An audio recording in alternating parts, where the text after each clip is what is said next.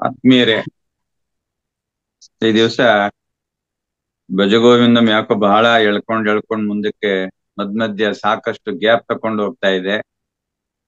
ತೊಂದರೆ ಇಲ್ಲ. ಆದ್ರೂ ನಾವು ಏನು ಒಂದು ದಿವಸ ಮಾಡ್ತೀವಿ ಭಜಗೋವಿಂದಂ ಒಂದು ಚರಣದ್ದು, ಅದನ್ನ ಮತ್ತೆ ಮತ್ತೆ ಕೇಳ್ತಾ ಇರ್ಬೇಕು. ಶಂಕರಾಚಾರ್ಯರೇ ಹೇಳ್ತಾರೆ, ಭಜಗೋವಿಂದಂ ಅಂತಕ್ಕಂಥದ್ದು ಅದೊಂದು ಮೋಹ ಮುದ್ಗರ ಅಂತ ಹೇಳ್ತಾರೆ. ಇಷ್ಟು ತನಕ ತಾವೆಲ್ಲ ಚರ್ಚೆ ಮಾಡ್ತಾ ಇದ್ರಿ. ಮೋಹ ಮುದ್ಗರ ಅಂತಂದ್ರೆ ಮೋಹವನ್ನ ನಾಶ ಮಾಡ್ತಕ್ಕಂಥದ್ದು. ಏನು ಈ ಯುವ ಪೀಳಿಗೆಯಲ್ಲಿ ಏನ್ ಬರ್ತಾ ಇದೆ, ಮೋಹಕ್ಕೆ ಒಳಗಾಗಿ ಮಾಡಬಾರದಂತಹ ಅನಾಚಾರಗಳನ್ನ ಅತ್ಯಾಚಾರಗಳಿಗೆ ಸಿಕ್ಕಾಕೊಂಡು ಏನು ಜನ ನೆರಳಾಡ್ತಾ ಇದ್ದಾರೆ, ಅದನ್ನ ಹೋಗ್ಲಾಡ್ಸೋದಿಕ್ಕೆ ಅತ್ಯಂತ ಉತ್ತಮವಾದಂತಹ ರಾಮಬಾಣ ಇದು. ಯಾವುದು ಈ ಭಜಗೋವಿಂದಂ ಅಂತಕ್ಕಂಥದ್ದು. ಆದ್ರಿಂದ ಇದನ್ನ ಮತ್ತೆ ವಿಡಿಯೋ ಬರ್ತಾ ಇರುತ್ತೆ, ತಾವು ಮತ್ತೆ ಮತ್ತೆ ಅದನ್ನ ಕೇಳ್ತಾ ಇರ್ಬೇಕು.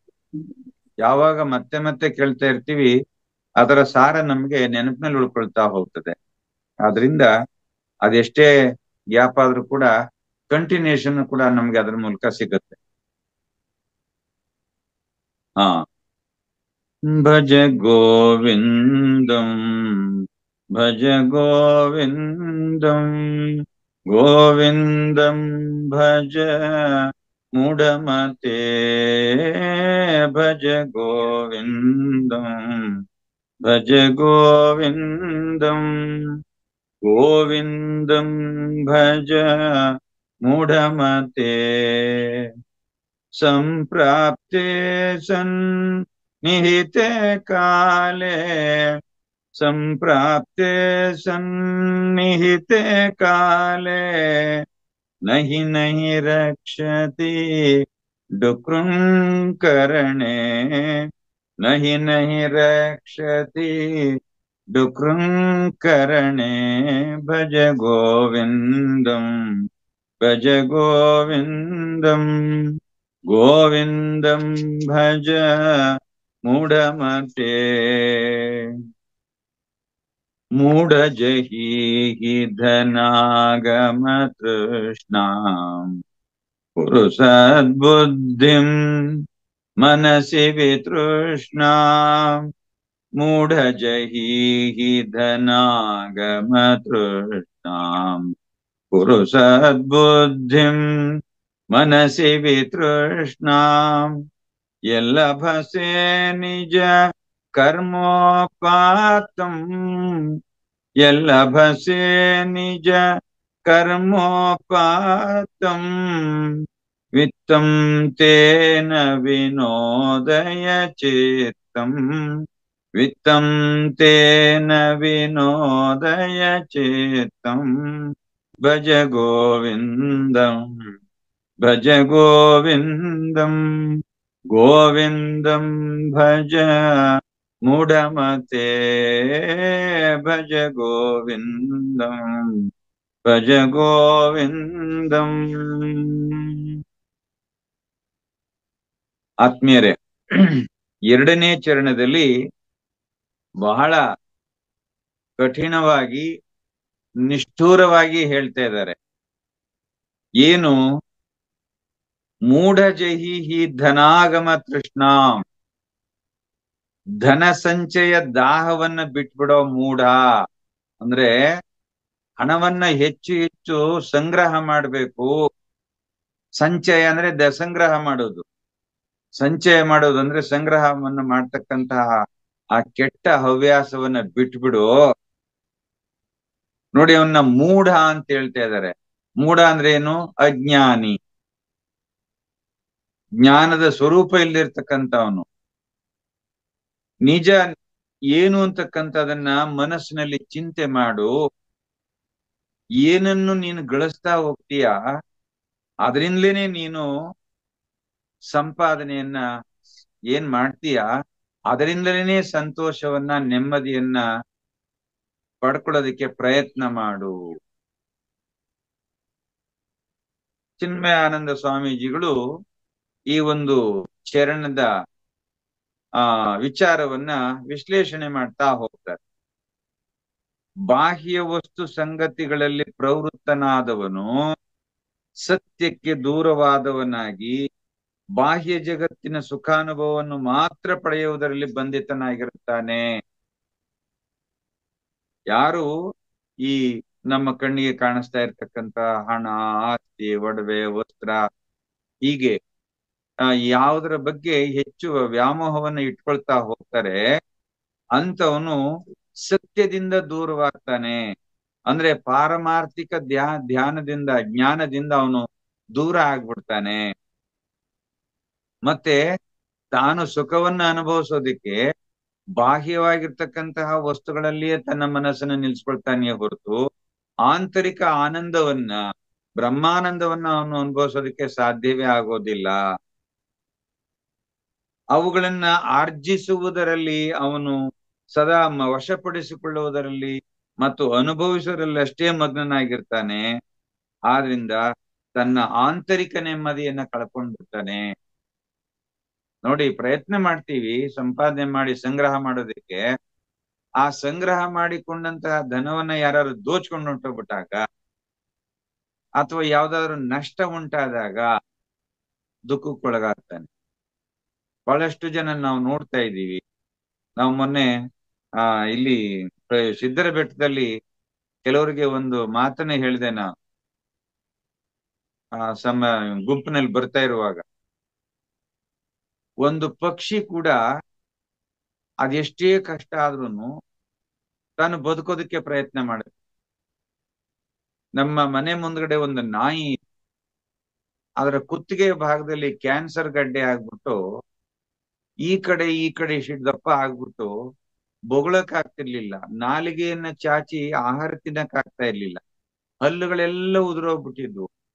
ಒಂದು ಬಿಸ್ಕತ್ ಹಾಕಿದ್ರೆ ಅದನ್ನ ಎತ್ಕೊಂಡು ತಿನ್ನೋಕ್ ಆಗ್ತಿರ್ಲಿಲ್ಲ ಅದ್ರ ಕೈನಲ್ಲಿ. ಅಂತದ್ರಲ್ಲಿ ಅದು ಬದುಕೋದಕ್ಕೋಸ್ಕರ ಎಷ್ಟೆಲ್ಲ ಪ್ರಯತ್ನ ಮಾಡ್ತಾ ಇತ್ತು. ಆದ್ರೆ ಮನುಷ್ಯ ಮಾತ್ರ ತಾನು ಏನು ಮೋಹವನ್ನು ಇಟ್ಕೊಂಡಿರ್ತಾನೆ, ಆ ಮೋಹವಾಗಿ ಕೊಟ್ಟಿರ್ತಕ್ಕಂಥ ವಸ್ತು ಸಿಕ್ಲಿಲ್ಲ ಅಂತಂದ್ರೆ ಆತ್ಮಹತ್ಯೆ ಮಾಡ್ಕೊಂಡ್. ಎಷ್ಟೋ ವಿದ್ಯಾರ್ಥಿಗಳು ಅವ್ರ ಅಪ್ಪ ಅಮ್ಮಂದ್ರನ್ನ ಮೊಬೈಲ್ ಕೇಳ್ತಾರೆ. ಅವ್ರ ಅಪ್ಪ ಅಮ್ಮಂದ್ರು 15,000 20,000 ಕೊಟ್ಟು ನಿನ್ಗೆ ಟಚ್ ಸ್ಮಾರ್ಟ್ ಫೋನ್ ಕೊಡ್ಸಕ್ ಆಗಲ್ಲಪ್ಪ ಅಂತ ಹೇಳಿದ್ರೆ ಅಷ್ಟಕ್ಕೆ ಹೋಗ್ಬಿಟ್ಟು ಸೂಸೈಡ್ ಮಾಡ್ಕೊಂಡ್ಬಿಡ್ತಾರೆ. ಆ ಹುಡುಗರು ಯಾವ್ದೋ ಒಂದು ಹುಡುಗಿ ಮೇಲೆ ಪ್ರೀತಿ ಮಾಡ್ತಾರೆ, ಅವಳು ಸಿಕ್ಕಲ್ಲ ಅಂತಂದ್ರೆ ಹೋಗಿ ಆತ್ಮಹತ್ಯೆ ಮಾಡ್ಕೊಂಡ್ಬಿಡ್ತಾರೆ. ಹೀಗೆ ಈ ರೀತಿ ಮೋಹವನ್ನ ನಾಶ ಮಾಡೋ ಪೆದ್ದ, ನಿನ್ನ ಒಳಗಡೆ ಆಂತರಿಕವಾಗಿರ್ತಕ್ಕಂಥ ಆನಂದವನ್ನ ನೀನು ಅನುಭವಿಸೋದಕ್ಕೆ ಪ್ರಯತ್ನ ಮಾಡು ಅಂತ ಹೇಳ್ತಾರೆ.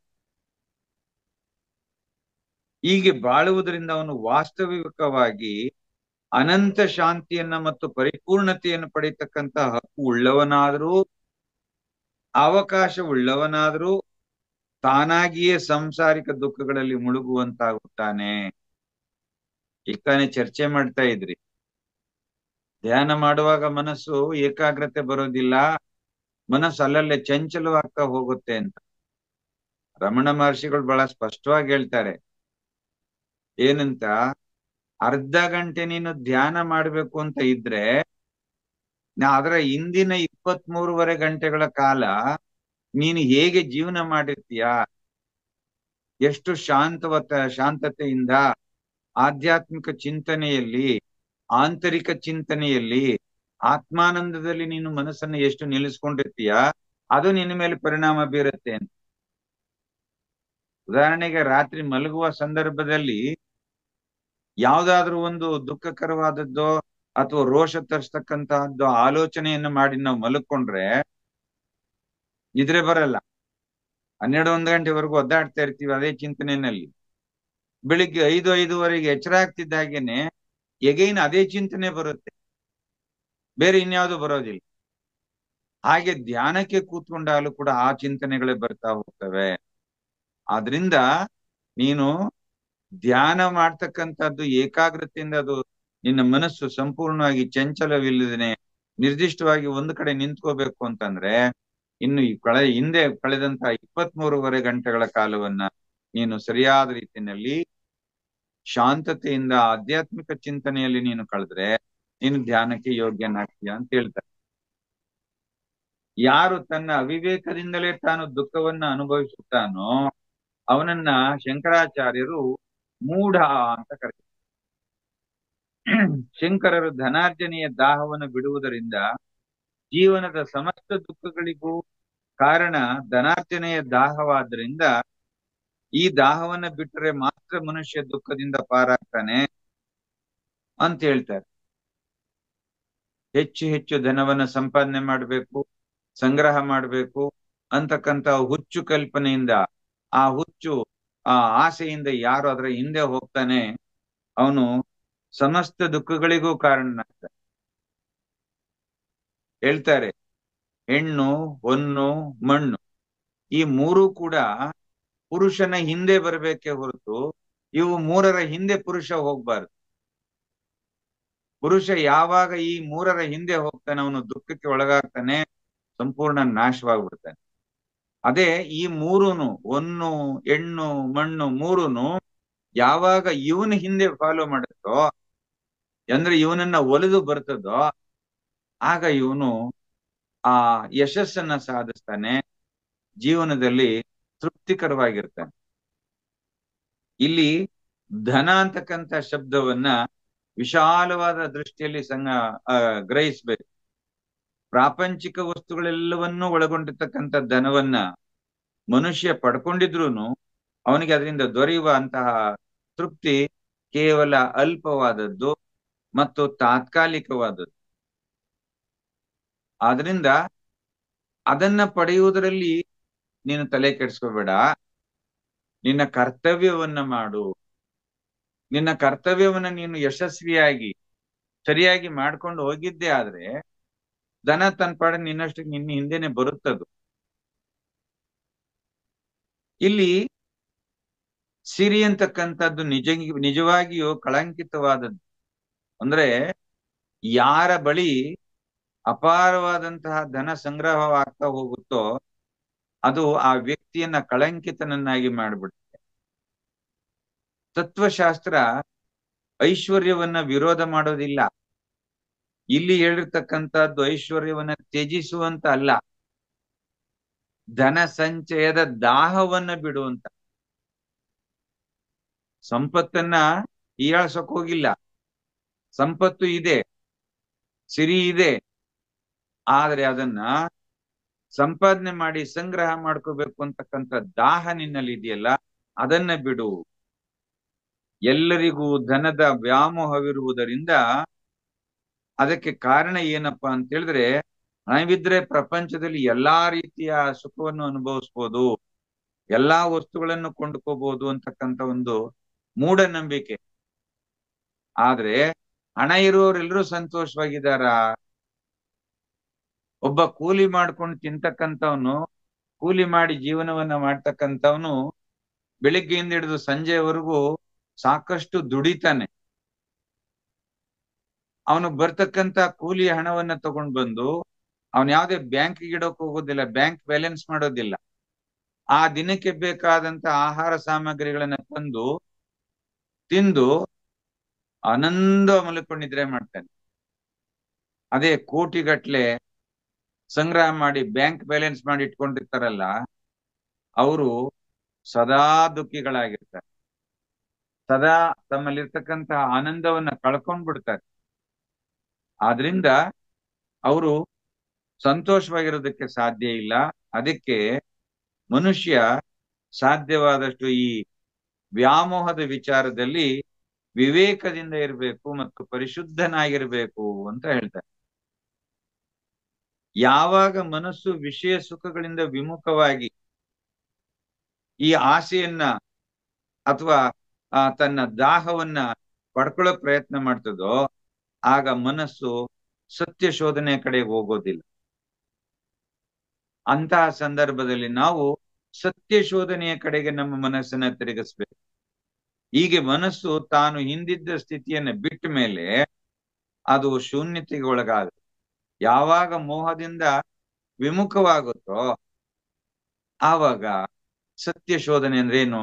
ಇವೆಲ್ಲವೂ ನಶ್ವರವಾದದ್ದು, ಇದೆಲ್ಲ ಸೃಷ್ಟಿಯಾಗಿದೆ, ಒಂದು ದಿನ ನಾಶವಾಗುತ್ತೆ. ಈ ದೇಹವು ಕೂಡ ಸೃಷ್ಟಿಯಾಗಿದೆ, ಇದು ಕೂಡ ಒಂದು ದಿನ ನಾಶವಾಗುತ್ತೆ. ಹಾಗಾದ್ರೆ ನಾನೇನ್ ಮಾಡ್ಬೇಕು? ಈ ನಾಶವಾಗ್ತಕ್ಕಂಥದ್ದು ಅಶಾಶ್ವತವಾದದ್ದನ್ನ ಬಿಡಬೇಕು ಅಂತಕ್ಕಂಥದ್ದನ್ನ ಬಿಟ್ಟು ತನ್ನ ಸ್ವರೂಪ ಜ್ಞಾನದ ಕಡೆಗೆ ತನ್ನ ಮನಸ್ಸನ್ನ ತಿರುಗಿಸ್ಕೊಳ್ಳೋದಕ್ಕೆ ಪ್ರಯತ್ನ ಮಾಡು. ಮನಸ್ಸು ತನ್ನನ್ನು ರಂಜಿಸುವ ವಿಷಯಗಳನ್ನ ಬಿಡಿಸ್ಕೊಂಡ ಮೇಲೆ ಅದು ಅನಂತವಾದಂತ ಒತ್ತಡಕ್ಕೆ ಸಿಕ್ಕಿ ಬೀಳುತ್ತೆ.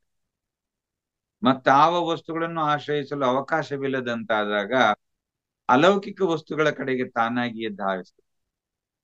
ಯಾವಾಗ ಮನಸ್ಸು ಈ ತನ್ನನ್ನ ರಂಜನೆ ಮಾಡ್ತಕ್ಕಂತಹ ವಸ್ತುಗಳಿಂದ ಅದರಿಂದ ಬಿಡಿಸ್ಕೊಂಡು, ಆ ವಿಷಯಗಳಿಂದ ಬಿಡಿಸ್ಕೊಂಡು ಈಚೆ ಬಂದ ಮೇಲೆ ಏನ್ ಮಾಡುತ್ತೆ, ಅದು ಅನಂತವಾದಂತ ಒತ್ತಡಕ್ಕೆ ಸಿಗಾಕೊಳ್ಳುತ್ತೆ.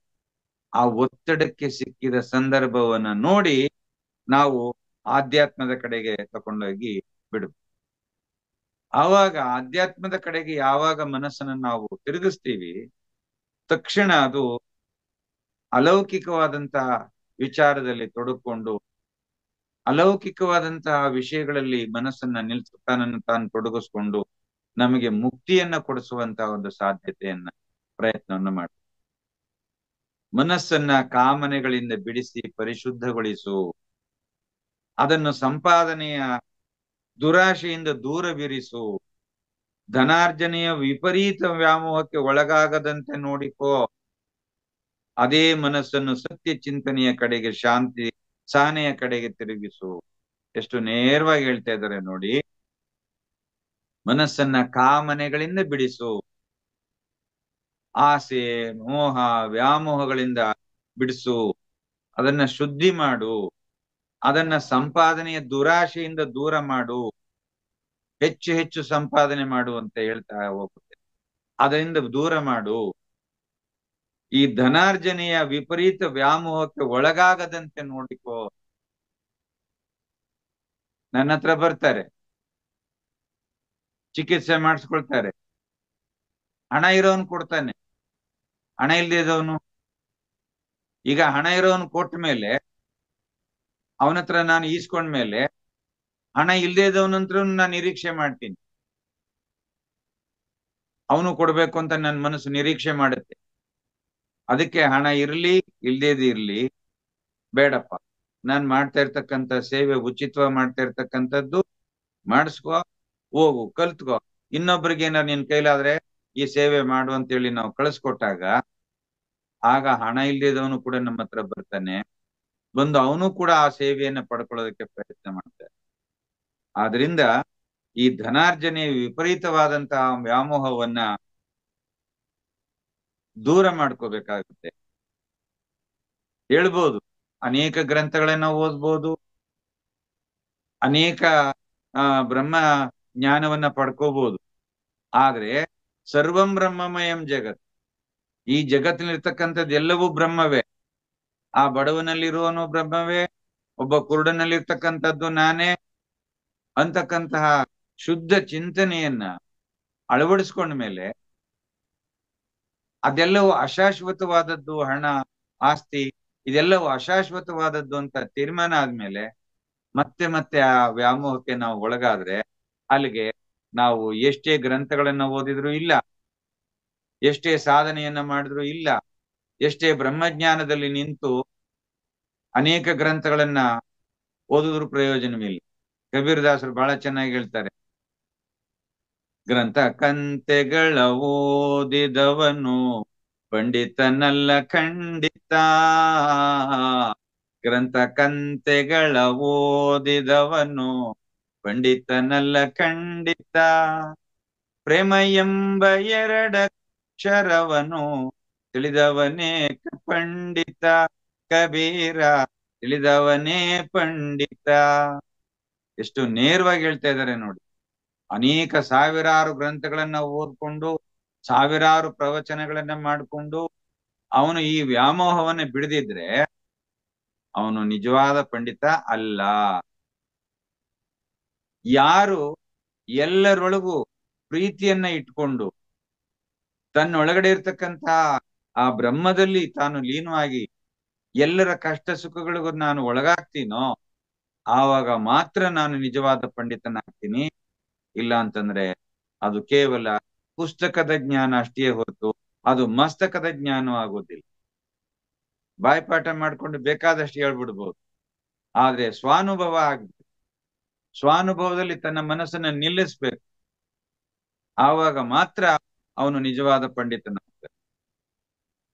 ವ್ಯಾವಹಾರಿಕ ಮನುಷ್ಯನೊಬ್ಬ ಈ ಉಪದೇಶವನ್ನ ಕೇಳಿದ್ರೆ ಧನಾರ್ಜನೆ ಮಾಡಬಾರ್ದು, ಐಶ್ವರ್ಯವನ್ನ ಸಂಪಾದನೆ ಮಾಡಬಾರ್ದು ಅಂದ್ಮೇಲೆ ನಾವು ಈ ಪ್ರಪಂಚದಲ್ಲಿ ವಾಸ ಮಾಡೋದು ಹೇಗೆ ಸ್ವಾಮಿ, ಬದುಕಿರೋದು ಹೇಗೆ ಅಂತ ಹೇಳ್ಬೋದು. ಜನಸಾಮಾನ್ಯರಿಂದ ಈ ಬರ್ತಕ್ಕಂಥ ಪ್ರಶ್ನೆಗೆ ತಾತ್ವಿಕನಾದವನು ಸಮಂಜಸವಾದಂತ ಉತ್ತರವನ್ನ ನೀಡೋದಕ್ಕೆ ಅಸಮರ್ಥನಾದ್ರೆ ತತ್ವಶಾಸ್ತ್ರಗಳನ್ನೆಲ್ಲ ನಿರ್ಲಕ್ಷಿಸಿ ಮನುಷ್ಯ ತನ್ನ ಹಾದಿಯನ್ನ ಹಿಡಿತಾನೆ. ತತ್ವಶಾಸ್ತ್ರಗಳನ್ನೆಲ್ಲ ನಿರ್ಲಕ್ಷ್ಯ ಮಾಡಿಬಿಡ್ತಾನೆ. ಯಾರಾದ್ರೂ ಈ ರೀತಿ ಪ್ರಶ್ನೆಯನ್ನ ಕೇಳಿದಾಗ ಅವರಿಗೆ ಸರಿಯಾದ ರೀತಿಯಲ್ಲಿ ಮಾರ್ಗದರ್ಶನವನ್ನ ಮಾಡಿ. ಶಂಕರಾಚಾರ್ಯರು ನಾವು ಪ್ರಪಂಚದಲ್ಲಿ ಹೇಗೆ ಬದುಕಬೇಕು ಅಂತಕ್ಕಂಥದನ್ನ ಬಹಳ ಸ್ಪಷ್ಟವಾಗಿ ತಿಳಿಸ್ತಾರೆ. ಏನು, ನಮ್ಮ ದುಡಿಮೆಯ ಫಲವಾಗಿ ಎಷ್ಟನ್ನು ಸಂಪಾದಿಸುತ್ತೇವೆಯೋ ಅಷ್ಟರಲ್ಲಿ ನಾವು ತೃಪ್ತಿ ಪಡಬೇಕು, ಸಂತೋಷದಿಂದ ಬಾಳಬೇಕು ಅಂತ ಹೇಳ್ತಾರೆ. ಮಾನವನ ಕಲ್ಪನೆಗಳಿಗೆ ಆಶೋತ್ತರಗಳಿಗೆ ಮಿತಿ ಅಂತಕ್ಕಂಥದ್ದು ಇಲ್ವೇ ಇಲ್ಲ. ಆಸೆಯನ್ನ ಹಿಡಿತದಲ್ಲಿ ಇಟ್ಟುಕೊಳ್ಳದೆ ಹೋದ್ರೆ ಅದಕ್ಕೆ ಅಂತ್ಯವೇ ಇರೋದಿಲ್ಲ. ಬಯಕೆಗಳನ್ನ ಈಡೇರಿಸ್ಕೊಳ್ತಾ ಹೋದಂತೆ ಆ ಬಯಕೆಗಳು ಹೆಚ್ಚಾಗ್ತಾ ಹೋಗ್ತವೆ ಹೊರತು ಆ ಬಯಕೆಗಳು ಹೆಚ್ಚಾಗ್ತಾ ಹೋದಂತೆ ನಾನು ಅಕ್ರಮದಿಂದ ಸಂಪಾದನೆ ಮಾಡಬೇಕು, ಯಾರಿಗ ನಷ್ಟವಾದ್ರೂ ಚಿಂತೆ ಇಲ್ಲ, ಯಾರಿಗೆ ನೋವಾದ್ರೂ ಚಿಂತೆ ಇಲ್ಲ, ನಾನು ಹೆಚ್ಚು ಹೆಚ್ಚು ಹಣವನ್ನ ಸಂಪಾದನೆ ಮಾಡ್ಬೇಕು ಅಂತಕ್ಕಂತಹ ಈ ಧನದಾಹ ನಮ್ಮಲ್ಲಿ ಹೆಚ್ಚುತ್ತಾ ಹೋಗುತ್ತೆ. ಅದನ್ನ ನಾವು ತುಂಡರಿಸ್ಬೇಕು. ಅದಲ್ಲದೆ ಕಡೆಗೆ ಅವೆಲ್ಲವೂ ಕೂಡ ನಮ್ಮನ್ನ ಏನ್ ಮಾಡ್ತೇವೆ, ಅತೃಪ್ತರನ್ನಾಗಿ ಮಾಡಿಬಿಡ್ತೇವೆ. ಅತೃಪ್ತರನ್ನಾಗಿ ಮಾಡಿ ನಮ್ಮ ಮನಸ್ಸಿನ ಶಾಂತಿಯನ್ನೇ ಹಾಳು ಮಾಡ್ಬಿಡುತ್ತೆ. ಕೊನೆಗೆ ನಮಗೆ ಯಾವ ಮಾನಸಿಕ ಶಾಂತಿಯೂ ಇಲ್ಲ, ಮಾನಸಿಕ ನೆಮ್ಮದಿಯೂ ಇಲ್ಲ. ಕೊನೆಗೆ ನಾವು ಆ ಧನಾರ್ಜನೆಯ ಕಡೆಗೆ ಹೋಗಿ ನರಕದಲ್ಲಿ ಸಿಕ್ಕಾಕೊಂಡು ಮತ್ತೆ ಮತ್ತೆ ಹುಟ್ಟು ಮತ್ತೆ ಮತ್ತೆ ಸಾವಿನ ಈ ದವಡೆಯಲ್ಲಿ ಸಿಕ್ಕಾಕೊಂಡು ನೆರಳಾಡ್ಬೇಕಾಗುತ್ತೆ. ಹೇಗೆ ಅಂತ ಹೇಳಿದ್ರೆ ನಾಯಿಯ ಬಾಯಿಯಲ್ಲಿ ಸಿಕ್ಕಾಕೊಂಡ ಮೂಳೆಯಂತೆ. ನಾಯಿಯ ಬಾಯಿಯಲ್ಲಿ ಸಿಕ್ಕಾಕೊಂಡಂತ ಮೂಳೆಯ ಹಾಗಾಗ್ಬಿಡ್ತೇವೆ ನಾವು. ಅದು ಸುಮ್ಮನಿರೋದಿಲ್ಲ. ಮೂಳೆ ಸಿಕ್ಕಿದ್ರೆ ಮೂಳೆನಲ್ಲಿ ಏನಿರೋದಿಲ್ಲ, ಸಾರ, ಆದ್ರೂ ಕಚ್ತಾ ಇರುತ್ತೆ. ಕಚ್ಚಿ ಕಚ್ಚಿ ಕಚ್ಚಿ ತನ್ನ ದವಡೆಯಿಂದ ಬರ್ತಕ್ಕಂತಹ ಆ ರಕ್ತದ ರಸವನ್ನ ಹೀರ್ಕೊಂಡದು ಖುಷಿ ಪಡ್ತಾ ಹೋಗುತ್ತೆ. ಇದು ಮೂಳೆಯಲ್ಲಿರ್ತಕ್ಕಂಥ ರಸ ಅಂತೇಳಿ. ಹೀಗಾಗ್ಬಿಡುತ್ತೆ ನಮ್ಮ ಜೀವನ. ಮನುಷ್ಯ ಜೀವನದಲ್ಲಿ ತೃಪ್ತಿಯನ್ನ ಬಯಸ್ತಾನೆ ನಿಜ, ಆದ್ರೆ ಹಣ ನಮಗೆ ಲೌಕಿಕ ಸುಖ ಸಂತೋಷಗಳೆಲ್ಲವನ್ನ ಒದಗಿಸಬಲ್ಲದು, ಅದು ನಿಜವೇ. ನಮ್ಮ ಬಯಕೆಗಳೆಲ್ಲ ಈಡೇರದು ಅಂತ ತಿಳ್ಕೊಳ್ಳಿ. ಆದ್ರೆ ನಮಗೆ ಸಮಾಧಾನ ಅಂತಕ್ಕಂಥದ್ದು ಸಿಗುತ್ತಲ್ಲ, ಅದು ತಾತ್ಕಾಲಿಕವಾಗಿ. ಈಗ ಉಮಾ ಮೇಡಮ್ನವರು ಯುಗಾದಿ ಹಬ್ಬ ಬರ್ತಾ ಇದೆ, ಯುಗಾದಿ ಹಬ್ಬಕ್ಕೆ ಒಂದು ಒಳ್ಳೆ ಹೊಸ ಸೀರೆ ತಗೋತಾರೆ. ಅವ್ರನ್ನೇ ಉದಾಹರಣೆ ತಗೋತೀನಿ ನಾನು, ಯಾಕೆಂದ್ರೆ ಸೀನಿಯರ್ ಮೋಸ್ಟ್. ಒಳ್ಳೆ ಸೀರೆ ತಗೋತಾರೆ, ಸ್ನಾನ ಮಾಡಿ ಅಭ್ಯಂಜನ ಮಾಡಿ ಸೀರೆ ಉಟ್ಕೊಂಡು ಪೂಜೆ ಮುಗಿಸಿ ಬೇವು ಬೆಲ್ಲ ಎಲ್ಲ ಸ್ವೀಕಾರ ಮಾಡಿ ಈಚೆಗೆ ಬರ್ತಾರೆ. ಪಕ್ಕದ ಮನೆಯವರಲ್ಲಿ ಒಬ್ರು ಇವರ ವಯಸ್ಸಿನವರೇ ಇರ್ತಾರೆ. ಅವರು ಇದಕ್ಕಿನ್ನ ಒಂದ್ ಸ್ವಲ್ಪ ಚೆನ್ನಾಗಿರೋ ಡಿಫ್ರೆಂಟ್ ಆಗಿರೋ ಡಿಸೈನ್ ಸೀರೆ ತಕೊಂಡಿರ್ತಾರೆ. ಆ ಸೀರೆ ನೋಡಿದಾಗ ಈ ಸೀರೆ ಉಟ್ಕೊಂಡಾಗ ಇದ್ದಂತಹ ಸಂತೋಷ ಆ ಸೀರೆ ನೋಡಿದ ತಕ್ಷಣ ಓಟಾಯ್ತು. ಛೇ, ನನಗೆ ಈ ಸೀರೆ ಕಣ್ಣು ಕಾಣಲಿಲ್ವಲ್ಲ, ಈ ಸೀರೆ ತಗೋಬೇಕಾಗಿತ್ತು. ಅಥವಾ ಈಗ ಉಟ್ಕೊಂಡಿದ್ದಂತಹ ಸೀರೆನಲ್ಲಿ ಏನಾದ್ರೂ ಒಂದಿಷ್ಟು ಸಗಣಿನೋ ಏನೋ ಒಂಚೂರು ಕಿಡಿನ ಬಿದ್ದು ಬಿಡುತ್ತೆ, ದುಃಖಕ್ಕೊಳಗಾಗ್ತೀವಿ. 10,000 ರೂಪಾಯಿ ಕೊಟ್ಟು ತಕೊಂಡಿದ್ದೆ, ಅನ್ಯಾಯವಾಗಿ ಹೋಯ್ತಲ್ಲ ಈ ಸೀರೆ, ಬೆಂಕಿ ಬಿದ್ದ್ಬಿಡ್ತಲ್ಲ, ಗಲೀಜಾಗೋಯ್ತಲ್ಲ, ಊಟ ಮಾಡುವಾಗ ಒಂದಿಷ್ಟು ಸಾರು ಬಿದ್ದು ಬಿಡ್ತಲ್ಲ, ಆ ಸಾರಿನ ಕರೆ ನಿಂತು ಬಿಡುತ್ತೆ. ಆ ಸಾರಿನ ಕರೆ ತೊಳಸೋ ತನಕ ಆ ಡೋಬಿಯವನ ಹತ್ರ ಹೋಗಿ ವರ ತತ್ಕೊಂಡು ಇದನ್ನ ಕ್ಲೀನ್ ಮಾಡು ಅಂತ ಹೇಳಿ ಏನೆಲ್ಲ ಮಾಡಿಸೋ ಪ್ರಯತ್ನ ಮಾಡ್ತಾ ಹೋಗ್ತೀವಿ. ಆದ್ರಿಂದ ಈ ಧನದ ಸಂಗ್ರಹಣೆಯಿಂದ, ಸಂಚಯದಿಂದ ನಮ್ಗೆ ಆಗ್ತಕ್ಕಂತಹ ಸಮಾಧಾನ ಇದೆಯಲ್ಲ, ಇದು ತಾತ್ಕಾಲಿಕವಾದದ್ದೇ ಹೊರತು ಶಾಶ್ವತವಾದದ್ದಲ್ಲ. ಅದಕ್ಕೆ ಹೇಳ್ತಾರೆ, ನೆಮ್ಮದಿಯಿಂದ ಬಾಳುವ ಬಗೆಯನ್ನು ಕಂಡು ಹಿಡಿದು ಅತಿ ಆಸೆಗೆ ಇಂಬು ಕೊಡದೆ ನಮ್ಮ ಪ್ರಾಮಾಣಿಕ ಸಂಪಾದನೆಯಿಂದ ಬಂದದ್ದರಲ್ಲಿ ಸಂತೋಷ ಪಡುವುದು, ಸಂತೋಷದಿಂದ ಬದುಕುವುದರಿಂದ ಮಾತ್ರ ನಾವು ಜೀವನದಲ್ಲಿ ನಿಜವಾದ ಸಂತೋಷವನ್ನು ಅನುಭವಿಸಿ ಮನಃಶಾಂತಿಯನ್ನು ಪಡೆಯೋದಕ್ಕೆ ಸಾಧ್ಯ. ಈ ಬಗೆಯ ಮನೋ ನೆಮ್ಮದಿಯಿಂದ ನಾವು ಆಧ್ಯಾತ್ಮದ ತಿರುಳನ್ನರಿಯಲು ಸಾಧ್ಯವಾಗುತ್ತದೆ. ಐಶ್ವರ್ಯದ ದಾಹ ಮನುಷ್ಯನನ್ನು ಕೆಳಮಟ್ಟಕ್ಕಿಳಿಸುತ್ತದೆ. ನೋಡಿ ಎಂತ ಮಾತು ಹೇಳ್ತಾರೆ. ಹಣವನ್ನ ಸಂಪಾದನೆ ಮಾಡಬೇಕು ಹೆಚ್ಚು ಹೆಚ್ಚು ಅಂತಕ್ಕಂತ ದಾಹ ಯಾವ ಮನುಷ್ಯನಲ್ಲಿ ಕಾಣಿಸ್ತದೋ ಆ ಮನುಷ್ಯನನ್ನ ಈ ಹಣದ ದಾಹ ಕೆಳಮಟ್ಟಕ್ಕಿಳಿಸುತ್ತೆ. ನಾನು 25-30 ವರ್ಷಗಳಿಂದ ಯಾವುದೇ ರೀತಿಯ ಅಪೇಕ್ಷೆ ಇಲ್ಲದೆ ಏನು ಯೋಗ ಮತ್ತು ಯೋಗ ಚಿಕಿತ್ಸೆಯನ್ನು ಮಾಡ್ಕೊಂಡು ಬಂದಿದ್ನೋ, ಅದು ನಾನು ಸಂಕಷ್ಟ ಕಾಲದಲ್ಲಿ ಸಿಕ್ಕಾಕೊಂಡಾಗ ನಾನು ಯಾವುದನ್ನು ನಿರೀಕ್ಷೆ ಮಾಡಿರ್ಲಿಲ್ಲ.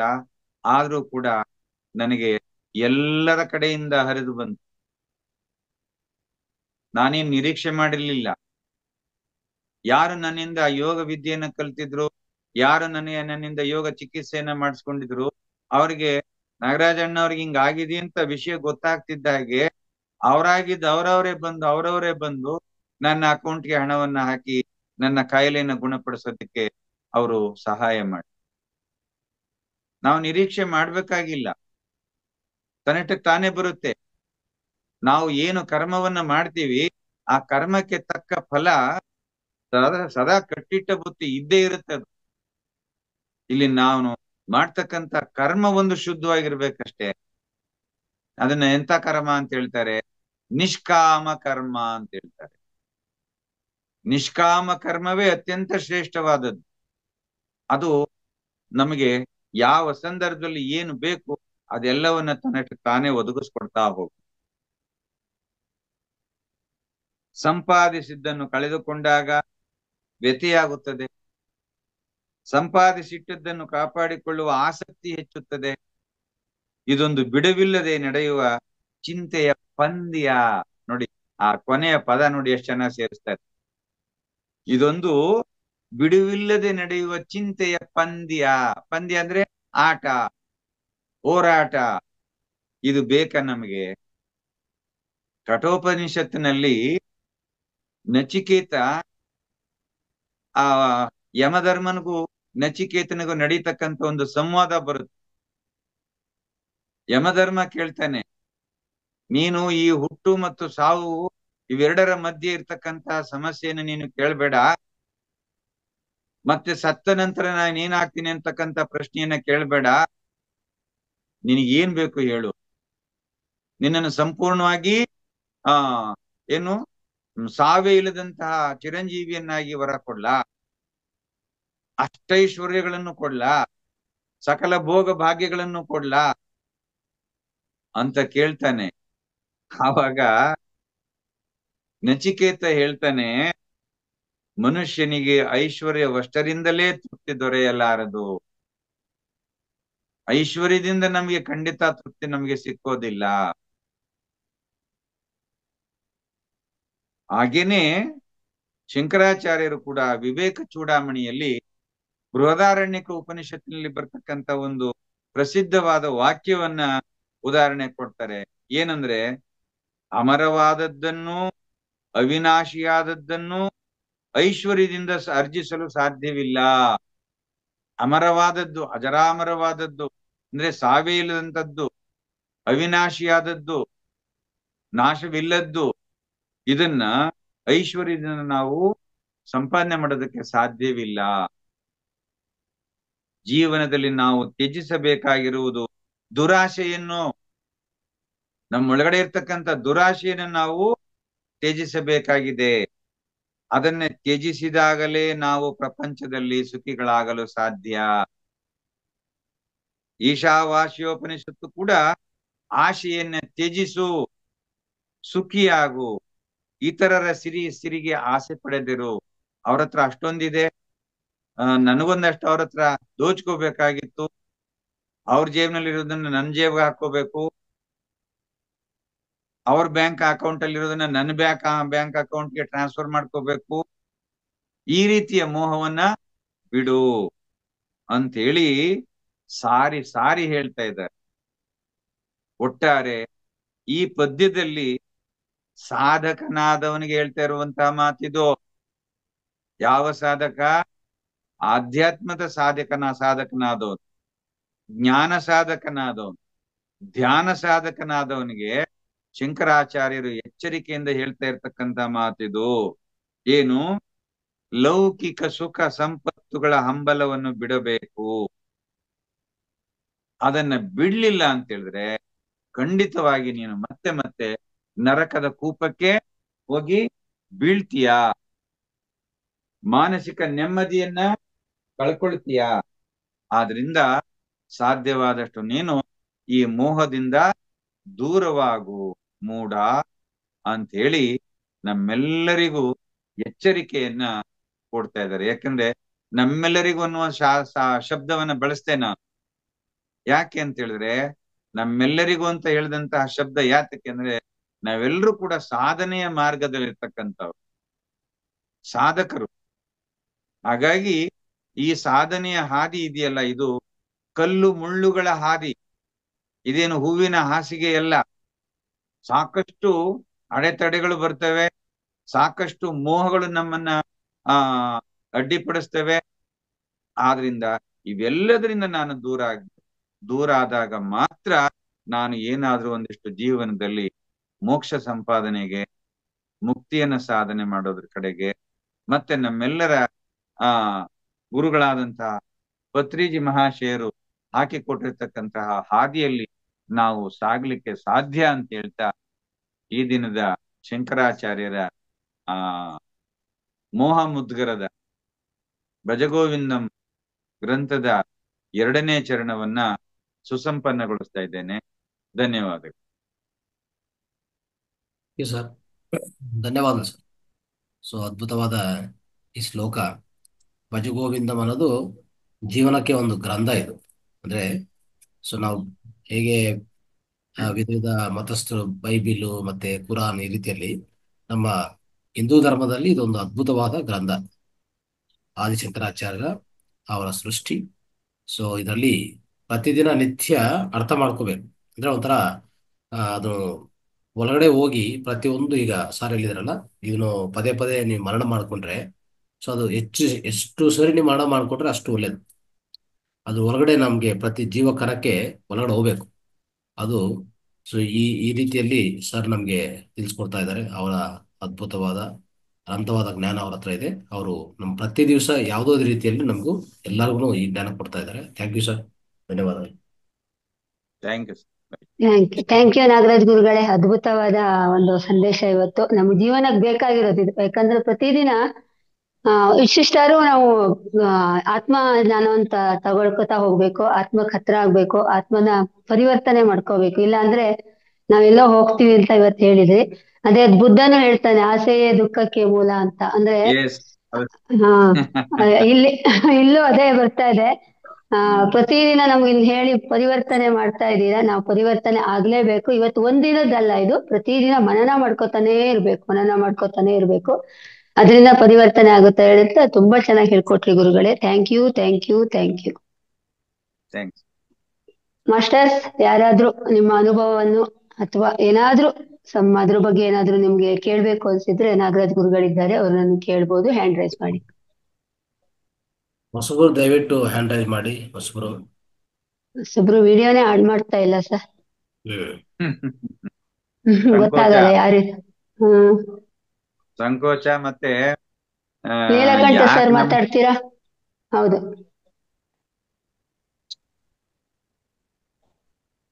ನೀಲಕಂಠ ನೀಲಕಂಠ ಸರ್ ಮಾತಾಡಿ. ಹಲೋ ಹಲೋ ಮಾತಾಡಿ. ಹೇಳಿ, ಮಾತಾಡಿ ಸರ್, ಮಾತನಾಡಿ, ಮಾತಾಡಿ. ಕೇಳಿಸ್ತಾ ಇದೆ. ಕೇಳಿಸ್ತಾ ಇದೆ? ಹಾ, ಕೇಳಿಸ್ತಾ ಇದೆ, ಮಾತನಾಡಿ. ಆ, ನಮಸ್ಕಾರ ಸರ್. ಇವತ್ತ ಬಜೆಗೋಳ್ ನಮ್ ಬಹಳ ಚೆನ್ನಾಗಿತ್ತು. ನಾನು ಮೊದ್ಲಿದ್ದು ಮತ್ತೊಂದ್ ಕಡೆ ಮಾಡ್ತಾ ಇದ್ದೆ. ಆದ್ರೆ ನೀವು ಹೇಳೋ ಸ್ಟೈಲ್ ಮನ ಮುಟ್ಟುವಂತಿತ್ತು ಮತ್ತು ಬಹಳ ಚೆನ್ನಾಗಿತ್ತು. ನಾನು ಈ 2005ರಿಂದ ವಿಪස්සನಾ ಧ್ಯಾನ ಮಾಡ್ತಾ ಇದ್ದೀನಿ. ಈಗ ಪತ್ರಿಕೆಗಳ ಒಂದು ಆನಾಪಾನ ಧ್ಯಾನ, ಅದು ಫಸ್ಟ್ ಪಾರ್ಟ್, ವಿಪස්සನಾದಲ್ಲಿ ಫಸ್ಟ್ ಪಾರ್ಟ್ ಅದು. ಈಗ ಅದನ್ನೇ ಮಾಡ್ತಾ ಇದ್ದೀನಿ. ಚೆನ್ನಾಗಿದೆ, ಬಹಳ ಚೆನ್ನಾಗಿ ಹೇಳಿದ್ರಿ. Thank you sir. Thank you. ಧನ್ಯವಾದ. ನಾವ್ ಇಷ್ಟ ದಿನ ಭಕ್ತಿ ಮಾರ್ಗದಲ್ಲಿ ನೋಡ್ತಾ ಇದ್ವಿ ಸರ್, ಇವಾಗ ಆಧ್ಯಾತ್ಮಿಕ ಮಾರ್ಗದಲ್ಲಿ ನೋಡಿದಾಗ ಭಜಗೋವಿಂದము ಈಗ ಚೇಂಜ್ ಕಾಣಿಸ್ತಾ ಇರುತ್ತೆ ಅಷ್ಟೇ. Thank you sir, thank you. Vijayalakshmi ಅಂತ ಇದ್ದೀರಾ, ಮಾತಾಡ್ತೀರಮ್ಮ? ಹೊಸಬ್ರು ಅನ್ಮ್ಯೂಟ್ ಮಾಡ್ಕೊಳ್ಳಿ.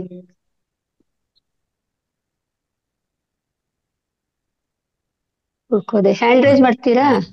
ಎಸ್, ವಿಜಯಲಕ್ಷ್ಮಿ ಮೇಡಮ್ ಅನ್ಮ್ಯೂಟ್ ಮಾಡ್ಕೊಳ್ಳಿ. ಹಾ, ಅನ್ಮ್ಯೂಟ್ ಆಗ್ತಾ ಇಲ್ಲ. ಮಲ್ಲಪ್ಪ ಅರಬಾವಿ ಮಾತಾಡಿ. ಅದೇ ಭಾವಿ. ಅನ್ಮ್ಯೂಟ್ ಮಾಡ್ಕೊಳ್ಳಿ. ಎಲ್ಲ ಆತ್ಮ ಬಂಧುಗಳಿಗೂ ಶರಣಾರ್ಥಿಗಳು. ಬಹಳ ಈಗ ನಾಗರಾಜ್ ಗುರುಗಳು ಹೇಳಿದಂತಹ ಒಂದು ಸಂದೇಶ ಆಗಲಿ, ತಮ್ಮ ಜ್ಞಾನ ಆಗಲಿ, ನಮ್ಗೆ ಬಹಳ ಮನಮುಟ್ಟುವಂತೆ ಇದೆ.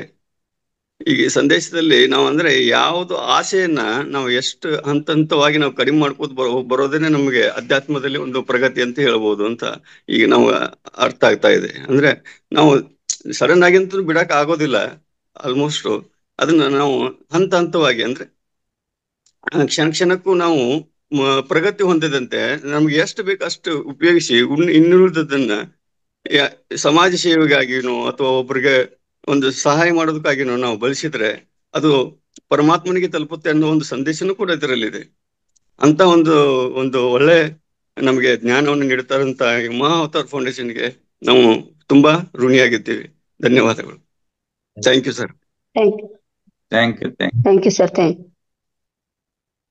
ಈಗ ಒಂದು ಮರಗಳು ಗಿಡಗಳು ಇದೆಯಲ್ಲ, ಯಾವ ರೀತಿಯಲ್ಲಿ ಬೆಳೀತಾ ಇರ್ತದೆ ವಾತಾವರಣದಲ್ಲಿ, ನಮ್ಮ ಪರಿಸರ ನೋಡ್ಕೊಳ್ಳಿ. ಅದಕ್ಕೆ ಏನಂತಂದ್ರೆ ಅದಕ್ಕೆ ಒಂದೇ ಗೊತ್ತು, ಕೊಡೋದು ಮಾತ್ರ ಗೊತ್ತು ಅದಕ್ಕೆ, ಅಲ್ವಾ? ನೇಚರ್ ನೋಡಿದ್ರೆ ನಾವು ಎಷ್ಟೋ ಕಲಿಬೋದು. ಆ ನೇಚರೇ ನಮಗೆ ಕಲ್ಸ್ಕೊಡ್ತದೆ. ಆದ್ರೆ ನಾವು ಅದು ಗಮನ ಕೊಡೋಂತ ಟೈಮ್ ನಮ್ಗಿಲ್ಲ. ಓಡೋದು ಅಂದ್ರೆ ಜೀವನದಲ್ಲಿ ಓಡೋದೇ ಸಾಕಾಗಿದೆ. ಇನ್ನು ಹಿಂದೆ ತಿರುಗಿ ನೋಡೋಕೆ ಸಮಯ ಇಲ್ಲ. ಆ ಥರ ಆಗ್ಬಿಟ್ಟಿದೆ. ಸೊ ನೀವು ಒಂದು ಮರ ನೋಡಿದ್ರೆ ಸಾಕು, ನಿಂತ್ಕೊಂಡಿರ್ತದೆ. ಗಾಳಿ ಮತ್ತೆ ಮಳೆ ಬರ್ತದೆ, ಏನೇನು ಬಂದ್ರೂ ಹಾಯಾಗಿ ನಿಂತ್ಕೊತದೆ ನೋಡಿ. ಅಂದ್ರೆ ಅದು ಒಂದು ನೇಚರ್, ಅಂದ್ರೆ ನಿಸರ್ಗದ ಜೊತೆಗೆ ಇದೆ. ಅದು ನಿಸರ್ಗದ ಭಾಗ. ನಿಸರ್ಗ ಅಂದ್ರೆ ಅದೇ ನಿಸರ್ಗ. ಸೊ ಆ ರೀತಿಯಲ್ಲಿ ಇರುವಾಗ ಅದು ಮತ್ತೆ ಅಷ್ಟೆಲ್ಲ ಗಾ ಅಂದ್ರೆ ಒಂಥರ ಗಾಳಿ ಅಂದ್ರೆ ವೇಗವಂತ ಬಂದ್ರೂ ತಟ್ಕೊಂತದೆ. ಎಷ್ಟೋ ಮಳೆ ಬಂದ್ರೂ ಹಾಯಾಗಿ ಒಂಥರ ಆರಾಮಾಗಿರ್ತದೆ, ಸಂತೋಷವಾಗಿರ್ತದೆ. ಇದೆಲ್ಲ ಇರುವಾಗ ಅದರಿಂದ ಫಲ ಬರೋದು ನೋಡಿ. ಆ ಫಲ ಮತ್ತೆ ಅದೆಲ್ಲ ತಟ್ಕೊಂಡು ಮತ್ತೆ ಫಲ ಕೊಡುತ್ತೆ. ಆ ಫಲ ಮತ್ತೆ ನಮಗೆ ಮಾನವನಿಗೆ, ಪಕ್ಷಿಗಳಿಗೆ, ಜಂತುಗಳಿಗೆ ಉಪಯೋಗ ಆಗ್ತಾ ಇರ್ತದೆ. ಈ ರೀತಿಯಲ್ಲಿ ಆ ಜೀವನ ಆ ರೀತಿಯಲ್ಲಿ ಇರುವಾಗ ಅದು ಸುಂದರವಾದ ರೀತಿಯಲ್ಲಿ ಒಂದು ಎಷ್ಟೋ ವರ್ಷಗಳು ಬರ್ತದೆ. ಆದ್ರೆ ಮಾನವನ ಅದನ್ನು ಕಳೆದಾಗ್ತಾನೆ, ಅದು ಬೇರೆ ವಿಷಯ, ಸ್ವಾರ್ಥದಿಂದ. ಸೊ ಆದ್ರೆ ಈ ರೀತಿಯಲ್ಲಿ ನೋಡ್ತಾ ಇದ್ರೆ ಒಂದು ಮರ, ಸಸ್ಯ ಯಾವ ರೀತಿಯಲ್ಲಿ ಬದುಕತ್ತೋ ಈ ವಾತಾವರಣದಲ್ಲಿ, ನಾವು ಅದೇ ರೀತಿಯಲ್ಲಿ ಬದುಕಬಹುದು. ಆದ್ರೆ ಪರಮಾತ್ಮನ ಜೊತೆಗೆ, ಈ ನಿಸರ್ಗ ಜೊತೆಗೆ ನಂಬಿಕೆ, ಅದ್ ಜೊತೆಗೆ ಯಾವಾಗಲೂ ಏನೂ ಆಗಲ್ಲ.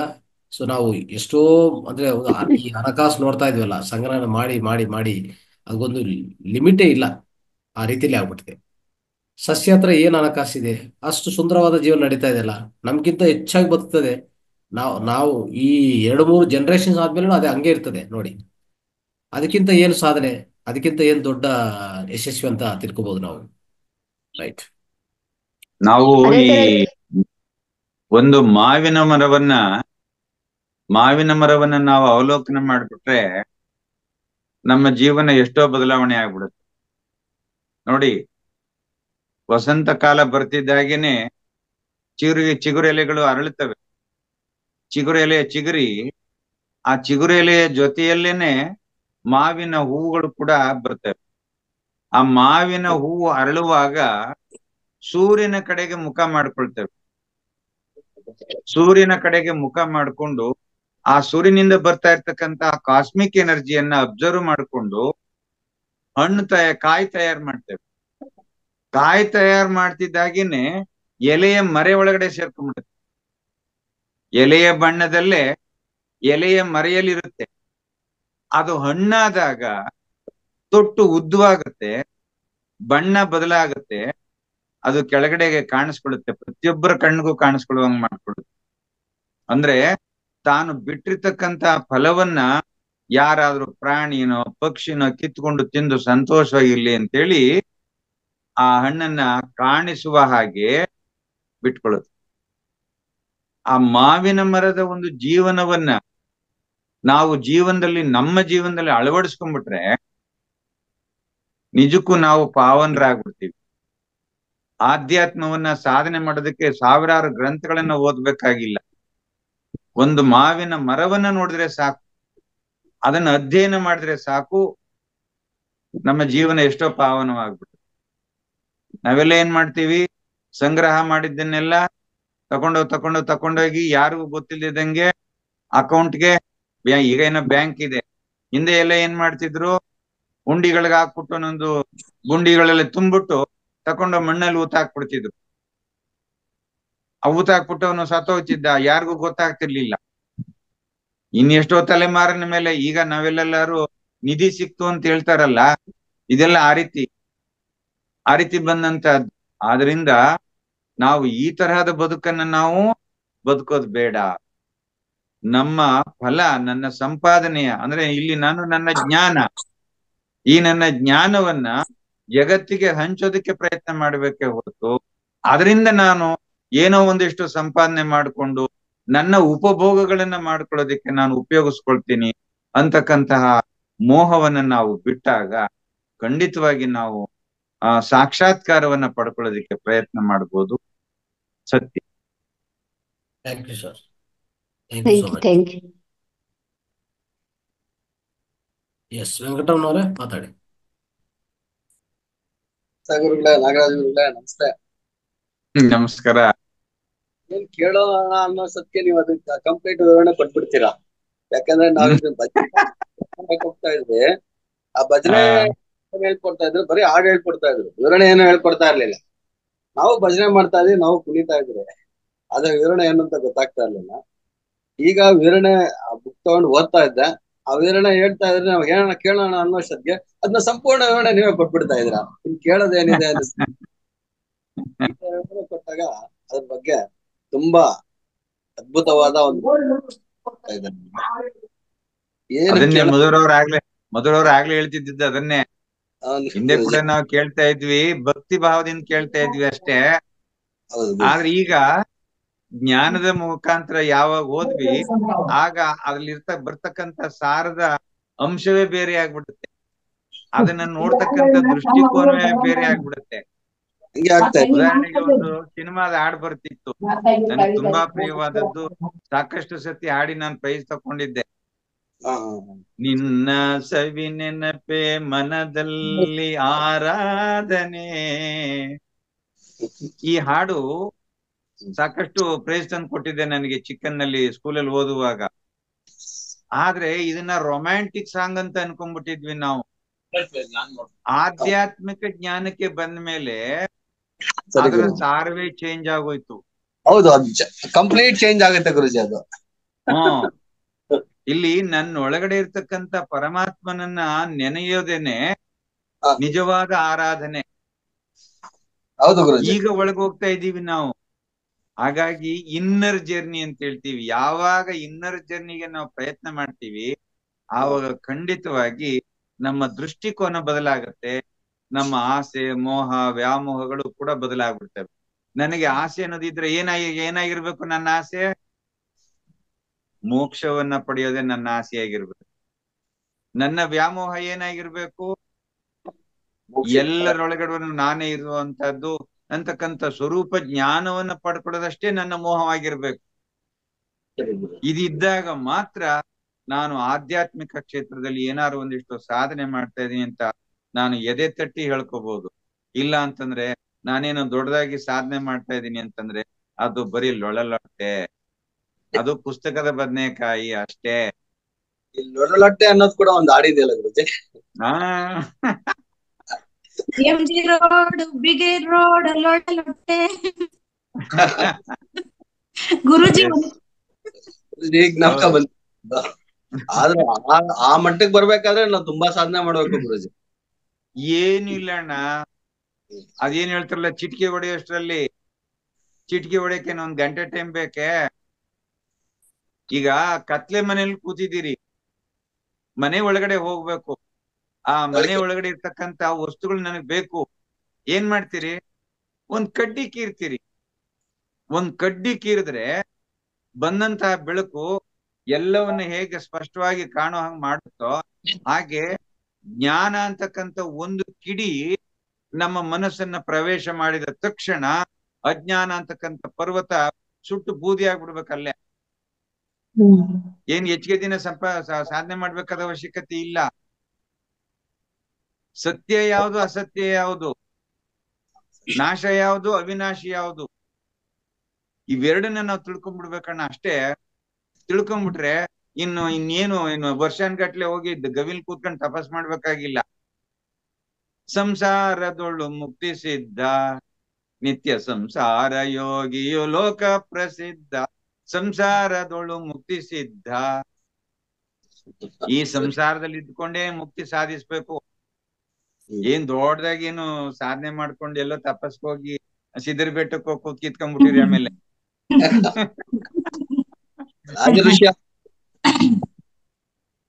ರಾಜ ಋಷಿ ಆಗ್ಬೇಕಲ್ಲ ಗುರುಜಿ ಎಲ್ಲಾರು. ವೆಂಕಟರಮಣ ಅವರು ಸಿದ್ಧರ ಬೆಟ್ಟಕ್ಕೆ ಹೋಗಿ ನೆಕ್ಸ್ಟ್ ಅಲ್ಲೇ ಗೋದಲ್ಲಿ ಕುತ್ಕೊಂಡ್ ಬಿಡ್ತಾರೆ ನೋಡ. ನಾವ್ ಅವ್ರಿಗೆ ಸಿದ್ಧರ ಬೆಟ್ಟ ತೋರ್ಸಿದ್ದೆ ತಪ್ಪಾಯ್ತೇನೋ. ತಪ್ಪಾಯ್ತಾ? Thank you sir, thank you, thank you. Patri sir ಏನ್ ಮಾಡಿದ್ರು ಸರ್, ಆಕ್ಚುಲಿ ಬುಕ್ಕು ಅಂದ್ರೆ ಅವ್ರ ಹಿಂದಿನ ಜನ್ಮದಲ್ಲಿ ಸಂಸ್ಕಾರ ಜಾಸ್ತಿ ಇತ್ತು, ಅಂದ್ರೆ ಹಿಂದಿನ ಜನ್ಮ ಸಾಧನೆ ಜಾಸ್ತಿ ಇತ್ತು. ಅವರು ಈ ನೀನೇ ಶಾಶ್ವತ ಅಂತ, ಮರಣವಿಲ್ಲದೆ ಅಂತ ಆ ಬುಕ್ ಓದಿದ ಮೇಲೆ ಅವರು ಒಂಥರ ಪೂರ್ತಿ ರಿಯಲೈಸೇಷನ್ ಅವ್ರಿಗೆ ಆಗ್ಬಿಡ್ತು ಒಳಗಡೆ. ಅಂದ್ರೆ ಇನ್ನೇನಿದೆ, ಇಷ್ಟೇ ಅಲ್ಲ ಜೀವನದಲ್ಲಿ, ಏನೇನೋ ಮಾಡಕ್ ಹೋಗ್ತಾ ಇರ್ತೀವಲ್ಲ, ಸೊ ಇದು ಅತ್ಯದ್ಭುತ ಆನಂದ ಕೊಡ್ತಾ ಇದೆ ಅಂತ ಆನಂದ ಪಟ್ಟಿದ ಮೇಲೆ ಅವ್ರು ಏನ್ ಮಾಡಿದ್ರು, ಇಲ್ಲಾಂದ್ರೆ ಅವ್ರು ಹಿಮಾಲಯಕ್ಕೂ ಎಲ್ಲೋ ಹೋಗ್ಬೇಕಂತ ಒಂದು ಯೋಚನೆಯಲ್ಲಿ ಇದ್ರು ಆಕ್ಚುಲಿ ಹೇಳ್ಬೇಕಂದ್ರೆ. ಅದು ತಕ್ಷಣವೇ ವಿರಮಿಸ್ಕೊಂತಾರೆ ಅವ್ರು. ಅಂದ್ರೆ ಅದು ವಿರಾಮ ಮಾಡಿ, ಅದು ಬೇಡ, ಅಲ್ಲಿಗೆ ಹೋಗಿ ಏನ್ ಮಾಡೋದು, ಮತ್ತೆ ಕೂತ್ಕೊಂಡು ಮತ್ತೆ ಇದೆಲ್ಲ ತಿಳ್ಕೊಳ್ಳೋದು, ಈಗಾಗಲೇ ತಿಳ್ಕೊಂಡಿದ್ದೀವಿ, ಹಿಂಗ ತಿಳ್ಕೊಂಡಿದ್ದು ಪ್ರಪಂಚಕ್ಕೆ ಹಂಚ್ಕೊಡೋಣ ಅಂತ ಹೇಳ್ಬಿಟ್ಟು ಅವಾಗ ಈ ಮಾರ್ಗದಲ್ಲಿ ಬರ್ತಾರೆ. ಇಲ್ಲಾಂದ್ರೆ ಅವ್ರೆಲ್ಲೋ ಕಾಡಲ್ಲಿ ಹೋಗಿ ಕೂತ್ಕೊಂಡಿದ್ದಿದ್ರೆ, ಅವ್ರು ಇನ್ನೂ ಧ್ಯಾನ ಮಾಡ್ಕೊಂತ ಇದ್ರೆ ನಮ್ಗೆ ಈ ಜ್ಞಾನ ಎಲ್ಲ ಬರ್ತಾನೆ ಇಲ್ಲ.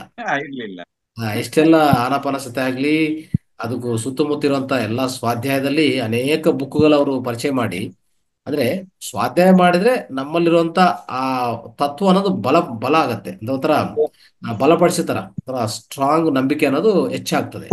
ಸೊ ಒಂಥರ ಅದು ಸಪೋರ್ಟಿವ್ ಅಂತ ಹೇಳ್ಕೋಬಹುದು. ಆದ್ರೆ ಸಾಧನೆ ಅನ್ನೋದೇ ಪ್ರಥಮ ತಾಂಬೂಲ. ಇದಕ್ಕೆಲ್ಲ ಸಪೋರ್ಟಿಂಗ್ ಇದೆಲ್ಲ. ಈಗ ಭಜಗೋವಿಂದ ತಾವ್ ಹೇಳಿದ್ರಿ, ಅದನ್ನು ಸಪೋರ್ಟ್ ಇವೆ. ಒಂಥರ ಈ ಸಂಘ ಸಪೋರ್ಟ್ ಇವೆ, ಮತ್ತೆ ಸಾಧ್ಯನೂ ಸಪೋರ್ಟ್ ಇವೆ. ಇವೆಲ್ಲ ಸಪೋರ್ಟಿವ್ ತರ ಇರ್ತದೆ. ಆದ್ರೆ ಪ್ರಥಮ ತಾಂಬೂಲ ಧ್ಯಾನಕ್ಕೆ, ಸಾಧನಕ್ಕೆ. ಸೊ ಆ ರೀತಿಯಲ್ಲಿ ಪತ್ರಿ ಸರ್ನು ಆತರ ಮಾಡಿದಕ್ಕೆ ನಾವೆಲ್ಲರೂ ಇಲ್ಲಿ ಕೂತಿ ಇದೆಲ್ಲ ಸತ್ಸಂಗದಲ್ಲಿ ನಡೀತಾ ಇದೆ. ನೋಡಿ, ಅವರು ಒಂದೇ ಒಂದು ಗ್ರಂಥದ ಅಧ್ಯಯನದಿಂದ ಅವರ ಜೀವನದ ಪಥವನ್ನೇ ಬದಲಾಯಿಸಿದಾರೆ ಅವರು. ಆಗಿರ್ಬೇಕಾರೆ ನಾವ್ಯಾಕೆ ಬದಲಾಯಿಸ್ಕೋಬಾರ್ದು? ಅವ್ರಿಗಾದ ಸಾಧನೆ ನಮ್ಗೆ ಯಾಕೆ ಆಗ್ಬಾರ್ದು? ಪ್ರಯತ್ನ ಮಾಡ್ಬೇಕಷ್ಟೆ. ಪ್ರಯತ್ನ ಮಾಡೋದು. ಅದೇ ನೀವ್ ಹೇಳಿದ್ರಲ್ಲ, ಅದು ಎಷ್ಟೋ ಬೇಕಾಗಿಲ್ಲ, ಒಂದು ಕಿಡಿ ಜ್ಞಾನ ಒಳಗಡೆ ಪ್ರವೇಶಿಸಿದ್ರೆ ಅಜ್ಞಾನ ಹೋಗಿ ಮತ್ತೆ ಅವರು ಜ್ಞಾನೋದಯ ಕಡೆ ಹೋಗ್ಬಿಡ್ತಾರೆ. ಮತ್ತೆ ಎಷ್ಟೋ ವರ್ಷಗಳು, 100 ವರ್ಷಗಳು, 1000 ವರ್ಷಗಳು ಏನು ಬೇಕಾಗಿಲ್ಲ ಅವಾಗ. ಅದು ಜ್ಞಾನೋದಯ ಆಗ್ಬಿಟ್ಟಿದ್ರೆ ಅಷ್ಟೇ, ಇನ್ನು ಅದು ಮುಂದಕ್ಕೆ ಹೋಗೋದೆ. ಆದ್ರೆ ಅನುಭವ ಅನ್ನೋದು ಶಾಶ್ವತ ಅಲ್ವಾ ಗುರುಜಿ? ಅನುಭವನೇ ಜಾಸ್ತಿ ಅಲ್ವಾ ನಮ್ಗೆ ಜೀವನಕ್ಕೆ ಮಾರ್ಗ. ಅದು ಬೇಕಾಗುತ್ತೆ, ಅಂದ್ರೆ ಅನುಭವಿಸ್ಬೇಕು ನಾವು. ನೋಡಿ, ಈಗ ವೆಂಕಟರಾಮ್ ಸರ್ ಮೊದ್ಲೆಲ್ಲ ವೇದಿಕೆಗೆ ಅಷ್ಟೊತ್ತು ಬರ್ತಾ ಇರ್ಲಿಲ್ಲ. ವೆಂಕಟರಾಮ್ ಸರ್ ಹ್ಮ್ ಸಿದ್ರ ಬೆಟ್ಟಕ್ಕೆ ಹೋದ್ಮೇಲೆನೆ ನೋಡಿ ಎಷ್ಟು ಪವರ್ ಇದೆ, ಎಷ್ಟು ಚೆನ್ನಾಗಿ ಯಾಕಂದ್ರೆ ಅಲ್ಲಿ ತೊಡಗೊಳ್ಸ್ಕೊಳ್ತಾ ಇದೆ. ಜ್ಞಾನೋದಯ ಆಯ್ತಲ್ಲ. ಅಲ್ಲಿ ಹೋದ್ಮೇಲೆ ಸಿದ್ಧ ಸಾಧಕರ ಸಾಧನೆ ಇವ್ರ ತಲೆಗೂ ಹೋಗಿ ಜ್ಞಾನೋದಯ ಆಗೋಯ್ತು. ಹಾಗಾಗಿ ಎಸ್ ಮತ್ತೆ ಗುರುಜಿ. ತೀರ್ಥ ಸ್ನಾನ ತಲೆ ಮೇಲೆ ಬಿತ್ತಲ್ಲ, ಹಾಗಾಗಿ ಜ್ಞಾನೋದಯ ಆಗೋಯ್ತು. ಬುದ್ಧನಿಗೆ ಅರಳಿ ಮರದ ಕೆಳಗಡೆ ಕೂತ್ಕೊಂಡು ಯಾವಾಗ ಜ್ಞಾನೋದಯವಾಯ್ತು, ಹಂಗೆ ಇವ್ರಿಗೆ ತೀರ್ಥ ಸ್ನಾನ ಮಾಡಿದ ತಕ್ಷಣ ಜ್ಞಾನೋದಯವಾಯ್ತು. ಗುರುಜಿ ಗುರುಜಿ ಈಗ ಕೆಲವ್ರಿಗೆ ಚೆನ್ನಾಗಿ ಕೇಳಲ್ಲ ಅದು ಹೇಳಿ ನಾವು ತಿಳ್ಕೊಳ್ಳೋಣ, ನಮ್ಮಿಂದ ಇನ್ನ ಕೆಲವರು ತಿಳ್ಕೊಂತಾರೆ ಅನ್ನೋ ಒಂದು ಉದ್ದೇಶದಿಂದ ನಾನು ಅಟೆಂಡ್ ಮಾಡ್ತಾ ಇದ್ದೀನಿ. ಕೇಳ್ಬೇಕಣ್ಣ, ಪ್ರಶ್ನೆ ಮಾಡ್ದಾಗ್ಲೇನೆ. ಅದಕ್ಕೆ ನೋಡಿ ಹೇಳ್ತಾರೆ, ಮೊಸರನ್ನ ಕಡೆದಾಗ್ಲೆ ಮಂಥನ ಮಾಡ್ದಾಗ್ಲೇನೆ ನವನೀತ ಉತ್ಪತ್ತಿ ಆಗೋದು, ಹೌದು. ಬೆಣ್ಣೆ ಬರೋದು. ಹಾಗೆ ಇಲ್ಲಿ ವಿಷಯವನ್ನ ಮಂಥಿಸ್ಬೇಕು, ವಿಷಯ ಮಂಥನ ಮಾಡ್ಬೇಕು ನಾವು. ವಿಷಯ ಮಂಥನವನ್ನ ಮಾಡಿದಾಗ್ಲೇನೆ ಸತ್ಯ ಅಂತಕ್ಕಂಥದ್ದು ಏನು ಅನ್ನೋದು ನಮ್ ಕಣ್ಣಿಗೆ ಗೋಚರವಾಗತ್ತೆ. ಅದ್ ಈಚೆ ಬರ್ಬೇಕಾದ್ರೆ ಮಂಥನ ಮಾಡ್ಬೇಕು.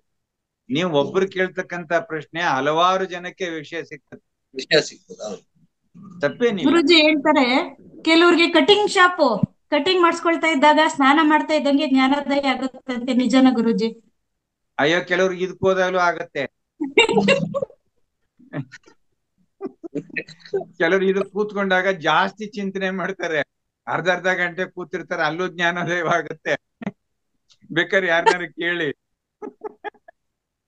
ಅಲ್ಲ, ಗುರುಜಿ, ಅಲ್ಲಿ ಉದ್ದೇಶಿತ ಕಟಿಂಗ್. ನಮ್ಮ ಅನುಭವಕ್ಕೆ ಬಂದಿರ್ತದೆ ಎಷ್ಟೋ ಸತಿ. ಆದ್ರಿಂದ ಅದು ಯಾವುದೋ ಕ್ಷಣದಲ್ಲಿ, ಅದಕ್ಕೆ ಈ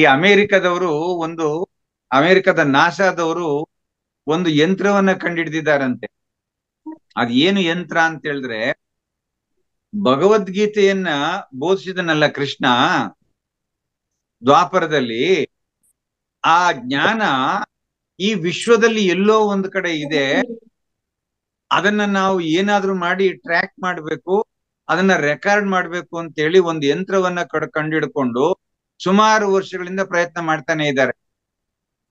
ಅಂದ್ರೆ ಈ ಜಗತ್ತಿಗೆ ಬಂದಂತಹ ಮಹಾತ್ಮರು ಕೊಟ್ಟಂತಹ ಜ್ಞಾನ ಅದಿನ್ನೆಲ್ಲೂ ಹೋಗೋದಿಲ್ಲ, ಇರೋದೊಂದೇ ವಿಶ್ವ, ಅದು ಇಲ್ಲೇ ಇರುತ್ತೆ. ಯಾವ ಸಂದರ್ಭದಲ್ಲಿ ನಾವು ಮೌನದಿಂದ ಧ್ಯಾನವನ್ನ ಮಾಡ್ತಾ ಕೂತ್ಕೊಳ್ತೀವೋ ಆವಾಗ ನಮ್ಮ ಒಳಗಡೆ ಇರ್ತಕ್ಕಂತ ಮೋಹ ಪಾಶ ನಾಶವಾಗೋಗ್ಬಿಟ್ರೆ ಆ ಜ್ಞಾನ ನಮ್ಮೊಳಗಡೆ ತಾನೇ ಪ್ರವೇಶ ಮಾಡುತ್ತೆ. ಅದಕ್ಕೆ ಹೇಳ್ತಾರೆ, 12 ವರ್ಷಗಳ ಕಾಲ ಯಾರು ನಿರಂತರವಾಗಿ ತಪವನ್ನ ಆಚರಣೆ ಮಾಡ್ತಾನೋ, ಧ್ಯಾನವನ್ನ ಮಾಡ್ತಾನೋ, ಅವನಿಗೆ ಸಂಸ್ಕೃತ ಅಂತಕ್ಕಂಥದ್ದು ಅವನು ಕಲಿದಿದ್ರು ನಿರರ್ಗಳವಾಗ ಅವನ ಬಾಯಿಂದ ಬರ್ತಾ ಹೋಗುತ್ತಂತೆ. ಆ ಶಕ್ತಿ ಇದೆ ಧ್ಯಾನಕ್ಕೆ. ಆ ಶಕ್ತಿನ ನಾವು ಸಂಪಾದನೆ ಮಾಡ್ಕೋಬೇಕಷ್ಟೇ.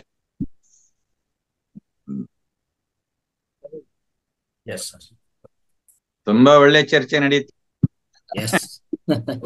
ಮಾತಾಡಿದ್ರೆ ಏನೋ ಒಂದ್ ಚರ್ಚೆ ಆಗುತ್ತೆ. ಹೂನಣ್ಣ, ಹೌದು. ಅದು ಇನ್ನೊಂದು, ನಾವು ಪಾಠ ಮಾಡುವಾಗ ಮಧ್ಯದಲ್ಲಿ ನಮ್ಮ ಸಬಾರ್ಡಿನೇಟ್ಸ್ ಅವ್ರಿಗೆ ಪಾಠ ಮಾಡ್ತಾ ಇದ್ದು, ಕ್ವಶನ್ಸ್ ಕೇಳ್ತಾ ಇದ್ದೆ. ನಾನು ಹೇಳಿದ್ದೆ ನಿಮ್ಗೆ ಅರ್ಥ ಆಯ್ತಾ? ಯಾಕಂದ್ರೆ ನಾಳೆ ದಿವಸ ಫೀಲ್ಡ್ಗೆ ಹೋದಾಗ ಅವ್ರು ವರ್ಕ್ ಮಾಡ್ಬೇಕು. ಇಲ್ಲೇ ಅವ್ರಿಗೆ ಅರ್ಥ ಆಗಿಲ್ಲ ಅಂದ್ರೆ ಅಲ್ಲಿ ಫೀಲ್ಡ್ ಅಲ್ಲಿ ಏನು ಆಗಲ್ಲ, ಮತ್ತೆ ತಪ್ಪಾಗತ್ತೆ. ಇದರಿಂದ ನಾನು ಕ್ಲಾಸ್ ಕ್ವಶನ್ಸ್ ಕೇಳಿ ಅಂತ ಹೇಳ್ತಾ ಇದ್ದೆ. ನಾನೇ ಕೇಳ್ತಾ ಇದ್ದೆ ಅವ್ರನ್ನ, ನಾನ್ ಮಾಡಿರೋ ಪಾಠನ ಅವ್ರ ಹತ್ರ ಮತ್ತೆ ತಿಳ್ಕೊಳೋದು ಅರ್ಥ ಆಗಿದ್ಯಾ ಇಲ್ವಾ ಅಂತ. ಈ ರೀತಿ ಮಾಡ್ತಾ ಇದ್ದೆ, ಅದ್ ನೆನಪು ಬಂತು, ಅದಕ್ಕೋಸ್ಕರ ಕೇಳಿ. ಹೌದೌದು. ಓಕೆ ಗುರುಜಿ, ಕ್ವಶನ್ ಆನ್ಸರ್ ಎಲ್ಲ ಮುಗ್ದಿದೆ, ಸಂಪನ್ನಗೊಳಿಸೋದ. ಎಲ್ಲರಿಗೂ ಧನ್ಯವಾದಗಳು. ಮತ್ತೊಮ್ಮೆ ಮಗದೊಮ್ಮೆ ನಮ್ಮ ನಾಗರಾಜ್ ಗುರುಜಿ, ರಂಗನಾಥ್ ಗುರುಗಳಿಗೆ ಧನ್ಯವಾದಗಳು.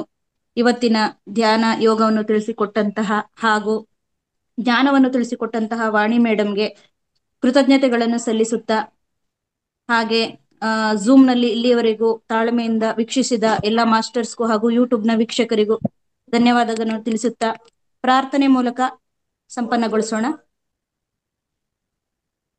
ಓಂ ಸರ್ವೇ ಭವಂತು ಸುಖಿನಃ, ಸರ್ವೇ ಸಂತು ನಿರಾಮಯ, ಸರ್ವೇ ಭದ್ರಾಣಿ ಪಶ್ಯಂತು, ಮಾ ಕಶ್ಚಿತ್ ದುಃಖ ಭಾಗ್ ಭವೇತ್.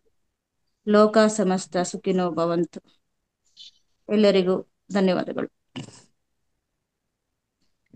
ಧನ್ಯವಾದ ಮಾಸ್ಟರ್. Thank you.